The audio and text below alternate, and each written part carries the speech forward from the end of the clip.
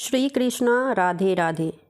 एक बार फिर से मैं अपने परिवार के सभी सदस्यों का स्वागत करती हूँ आपके अपने चैनल में, जिसका नाम है टियारा मॉम्स लाइफस्टाइल। आशा करती हूँ कि आप सभी अच्छे होंगे और गोपाल जी की सेवा करते हुए बहुत ही आनंदित भी होंगे। एक डर, एक सवाल हमेशा मन में उठता है कि क्या हमें भूखे पेट ही पूजा करनी चाहिए, और अगर हम गृहस्थ रहते हुए समय पे भोजन नहीं करते हैं तो हमारी तबीयत ख़राब हो जाती है और हम चाहते हैं कि हम पूजा करने के बाद ही खाएं, या फिर जैसा हमने अपने आस पड़ोस में अपने बड़े बुज़ुर्गों से सुना होता है कि अगर नाश्ता कर लिया तो अब पूजा करने का क्या अर्थ रह जाता है। तो ये जो चीज़ें हैं कहीं ना कहीं मन में एक डर पैदा करते हैं और आप भक्ति करने से आप कहीं ना कहीं कतराने लगते हैं कि अगर हम भक्ति करते हैं, पूजा करते हैं, तो उसके लिए हमें पहले जो है पूजा करनी पड़ेगी। पहले तो घर की साफ़ सफाई करो, फिर जो है पूजा करो, और तब तक हमें भूखे पेट रहना पड़ेगा। ये जो संशय है वो अक्सर हर किसी के मन में आते हैं, और ये होना जायज़ भी है, क्योंकि बचपन से ही हम अपने घर परिवार में देखते हैं और सुनते आते हैं कि पहले पूजा करते हैं, उसके बाद ही भोजन करते हैं। अब देखिए, जब हम गृहस्थ होते हैं तो बच्चों का स्कूल है, पति का ऑफिस है, घर की बाकी सारी जिम्मेदारियां हैं, और वो सब करते करते कहीं ना कहीं इतना समय नहीं रह जाता है कि हम उतनी देर तक भूख को बर्दाश्त कर पाते हैं, और पूजा किए बिना भी नहीं खाने का मन करता है। तो बहुत ही एक असमंजस में हम पड़ जाते हैं कि उस समय पे हमें क्या करना चाहिए। कई बार जैसे गोपाल जी की सेवा करते हैं तो गोपाल जी घर में हैं, अब हमारी तबीयत इतनी हमें अलाउ नहीं करती है कि हम उतनी देर तक भूखे रह सके, और पहले तो हमें घर की जिम्मेदारी देखनी है। तो देखिए, ये जो बातें हैं ना कि आपको सुबह समय से उठना चाहिए और सूर्योदय से पहले उठ के, और आपको पहले साफ़ सफाई करनी चाहिए, पूजा करनी चाहिए, उसके बाद आपकी दिनचर्या शुरू होती है, बाकी के जो आपकी जिम्मेदारी है वो आप शुरू कर सकते हैं। ये उन लोगों के लिए है जो कि पर्टिकुलर, अगर आप इन चीज़ों को कर लेते हैं तो बहुत अच्छी बात है। अगर आप सक रहे हैं, आप उसमें कर रहे हैं, आपके को किसी तरह की शारीरिक कष्ट आपको नहीं है और किसी तरह की मेंटल प्रॉब्लम आप भी उस दौरान फेस नहीं करते हैं। लेकिन संतों की अगर हम माने तो संत ये कहते हैं कि ये जितने भी नियम हैं, ब्रह्म मुहूर्त में उठना, इतने बजे पूजा करना, उसके बाद ही भोजन ग्रहण करना, वो सब उनके लिए है जो कि सत्संग के मार्ग पे चलते हैं, जिनके ऊपर घर परिवार की जिम्मेदारी नहीं होती है, और जो सिर्फ जो है आध्यात्म के मार्ग पे रहते हैं और उसके बाद वो भक्ति को, भगवान को पाना चाहते हैं, तो उनके लिए ये नियम होते हैं। लेकिन यदि आप गृहस्थ हैं, घर परिवार की जिम्मेदारी करते हुए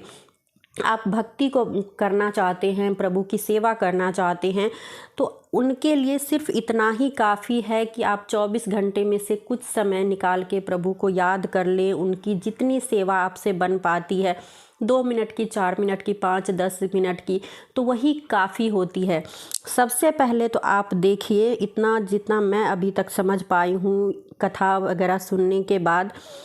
कि आप देखिए कि आपका मन किस समय भगवान में लगता है और किस समय पे किस तरीके से आप प्रभु को याद करते हैं।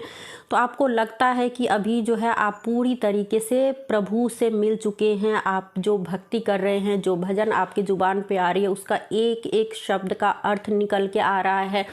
आपको ऐसा फील होता है कि उस समय प्रभु वास्तविकता में आपके सामने हैं,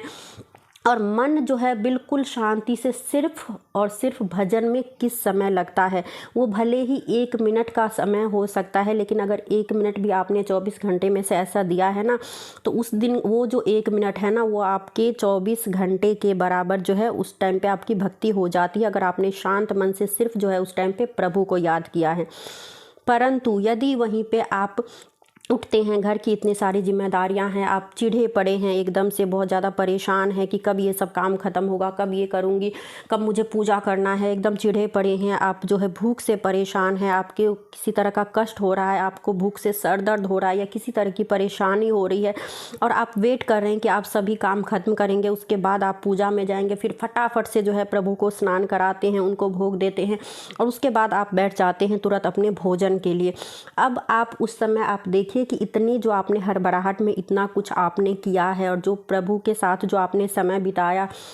भले ही वो कितना भी समय हो सकता है, उस टाइम पे क्या आपने सच्चे दिल से उनको याद करा, सच्चे मन से उनकी कुछ समय सेवा करी, उनसे अपने मन की बात बताई, तो वो एक मन लगना नहीं होता है। तो कहावत भी हमने सुना है कि भूखे पेट भजन नहीं हो पाती है। तो कहीं ना कहीं अगर आप भजन करते हैं, प्रभु की सेवा करते हैं, तो आपका मन जो है सिर्फ उनकी सेवा और भजन में ही होना चाहिए।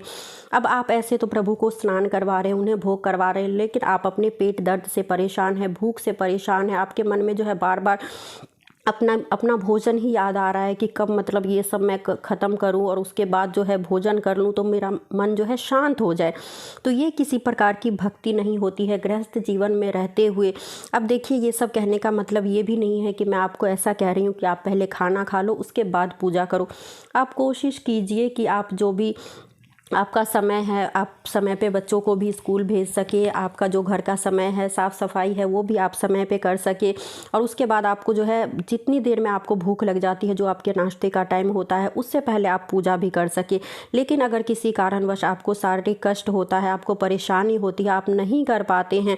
तो आप ये जो है ना प्रभु से मन मिलाने की और भक्ति की जहाँ तक बात है, तो जो भी आप नाश्ता ग्रहण करते हैं कुछ देर के लिए, जैसे फ्रूट्स वगैरह लेते हैं, तो आप उस टाइम पे प्रभु को याद कर सकते हैं, उस चीज़ के लिए प्रभु को शुक्रिया कर सकते हैं